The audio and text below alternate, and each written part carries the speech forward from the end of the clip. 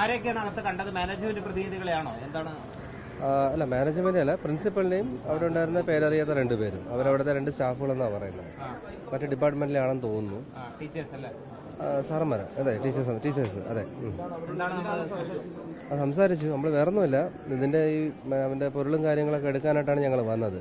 അപ്പോൾ ഓൾറെഡി ഞങ്ങൾ പോലീസായിട്ട് സംസാരിച്ചിട്ടുണ്ടായിരുന്നു. അപ്പോൾ ഇവിടെ വന്നു കഴിഞ്ഞാൽ നമുക്ക് അവൻ്റെ സാധനങ്ങളും മറ്റു കാര്യങ്ങളൊക്കെ കൈമാറാൻ ചെയ്യാനുള്ള താക്കോലിൻ്റെ കാര്യങ്ങളൊക്കെ സംസാരിക്കണമല്ലോ. അപ്പോൾ അത് പോലീസിൻ്റെ കൈവശമാണുള്ളത്. അപ്പോൾ അത് ഇവിടെ നിന്ന് ചോദിച്ച് അവരുടെ അനുവാദം വാങ്ങി അവിടെ നിന്ന് പോയി ഹോസ്റ്റലിൽ നിന്ന് എടുക്കാനായിട്ടാണ് ഞങ്ങൾ പ്രധാനമായിട്ടും വന്നത്.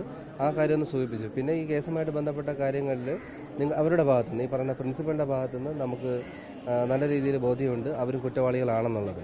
ആ കാര്യത്തെക്കുറിച്ച് കൂടി ചെറുതായിട്ടൊന്ന് സംസാരിച്ചിട്ടുണ്ട്. തീർച്ചയായിട്ടും ഞങ്ങൾ പ്രിൻസിപ്പളും ഈ പറയുന്ന ലത, മറ്റു 3 പേര്, ഫൈസൽ ഉൾപ്പെടെ, ഈ പറഞ്ഞ ആ റൂമിലുണ്ടായിരുന്ന മറ്റ് ഈ CCTV കാണുന്നുണ്ടല്ലോ, ആ ദൃശ്യത്തിൽ കാണുന്ന എല്ലാവരും കുറ്റക്കാരാണെന്നുള്ള രീതിയിൽ തന്നെയാണ് പോകുന്നത്. ഇവരിപ്പോഴും പറയുന്ന ഒരു അവ്യക്തതയില്ല. പ്രിൻസിപ്പൽ ഓരോ നടന്ന കാര്യങ്ങളെക്കുറിച്ച് ചോദിക്കുമ്പോഴും ഒഴിഞ്ഞു മാറുകയാണ് ചെയ്യുന്നത്. ഓരോ കാര്യങ്ങളും പറയുന്നതിൽ വ്യക്തതയില്ല. പറയുന്ന സമയങ്ങളിൽ, പറഞ്ഞു പോയിട്ടുള്ള വിഷയങ്ങളിൽ ഒന്നും ഒരു വ്യക്തത കിട്ടുന്നില്ല. തീർച്ചയായിട്ടും നമ്മൾ മുമ്പോട്ട് തന്നെ പോകും. ഈ പറയുന്ന ആദ്യം നമ്മൾ പ്രതികളെന്ന് പറഞ്ഞ ഈ റാമും പിന്നെ രണ്ടാമത്തെ പ്രതി സംഗീത, അവർ ശക്തമായിട്ട് നമ്മൾ ഉറച്ചു വയ്ക്കാനാണ് ഈ രണ്ടുപേരെ പേരും.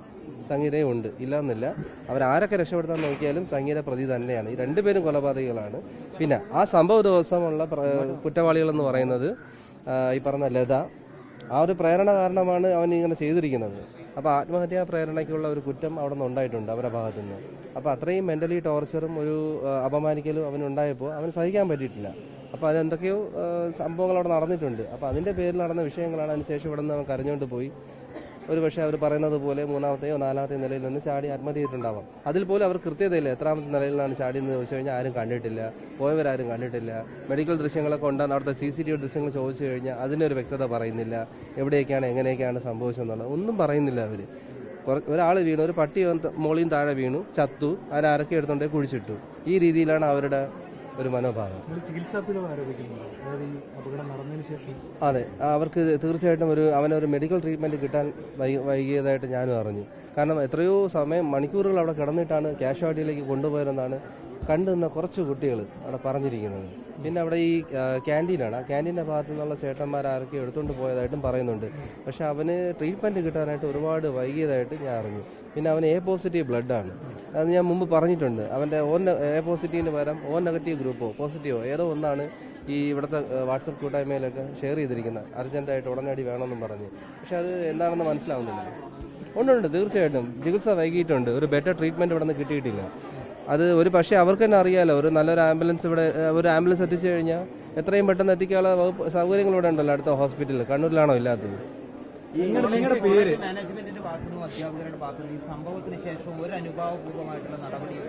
ജാതിപരമായി സംഭവങ്ങൾ നടന്നിട്ടുണ്ട്. അത് ഇവിടെ അകത്തുള്ളവർക്കും അറിയാം, ഞങ്ങൾക്കും അറിയാം. പക്ഷെ ജാതിപരമായി നടന്നിട്ടേ ഇല്ല എന്നുള്ള രീതിയിലാണ് മാനേജ്മെന്റ് സ്റ്റാഫുകളും പോലീസുകാരുൾപ്പെടെ ചെയ്തു തീർക്കാൻ ശ്രമിക്കുന്നത്. പ്രത്യേകിച്ച് റാമിലേക്ക് മാത്രമായിട്ട് ഒതുങ്ങിയിട്ട് സംഗീതയെ അങ്ങ് രക്ഷപ്പെടുത്തി കളയാം എന്നുള്ളൊരു ചിന്താബോധം പോലീസുകാർക്കും ബാക്കി എല്ലാവർക്കും ഉണ്ട്. ആ ശ്രമത്തിന്റെ ഒരു ഭാഗമായിട്ടൊക്കെ കുറച്ച് വ്യക്തത കിട്ടാനുണ്ട്. അപ്പോൾ അതിന്റെ ഞങ്ങളുടെ സംശയം സംഗീതം ഒഴിവാക്കിയിട്ട് റാമിനെ മാത്രമായിട്ട് ഇതിലേക്ക് കൊണ്ടുവരാനാണ് അവർ ശ്രമിക്കുന്നത്. പക്ഷെ 2 പേരും കുറ്റക്കാരാണെന്ന് ഞങ്ങൾ പറയും. ഈ CCTV ദൃശ്യങ്ങൾ കണ്ടല്ലോ, ഈ CCTV ദൃശ്യങ്ങളിൽ ഈ അവസാനം ആ ഫോൺ അവിടെ വെച്ചിട്ടാണ് പോകുന്നത് എന്ന് പറഞ്ഞല്ലോ, അത് ഇവർ പിടിച്ചു വെച്ചതാണോ അല്ല നിതിൻ അവിടെ വെച്ചിട്ട് പോയതാണോ? അതിലെന്തെങ്കിലും വ്യക്തത വന്നിട്ടുണ്ടോ? അല്ല, ആദ്യമേ ഫോൺ ഇല്ലാതെ വന്ന കുട്ടിയെ രണ്ടാമത് ഫോൺ എടുത്തുകൊണ്ട് വരാനാണ് പറഞ്ഞേക്കുന്നത്. അങ്ങനെ രണ്ടാമത് വിട്ടിട്ടാണ് രണ്ടാമത് ഫോൺ കൊണ്ടുവന്നത്.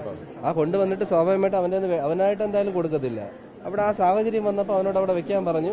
അതിൽ നിന്നുള്ള മറ്റു കാര്യങ്ങൾ, പേഴ്സണൽ ഡീറ്റെയിൽസും കോൺടാക്ട്സും ഗാലറി ഒക്കെ ചെക്ക് ചെയ്യുന്നുണ്ട്. ഒരു വിചാരണ നടന്നിട്ടുണ്ട്. കോടതി വിചാരണ ചെയ്യാനുള്ള റൈറ്റ്സ് ഒന്നും പ്രിൻസിപ്പൽ ആരും കൊടുത്തിട്ടില്ല.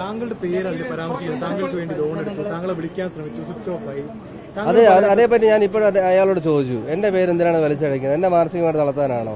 അതിനുള്ള പ്രായമല്ല ഞാൻ.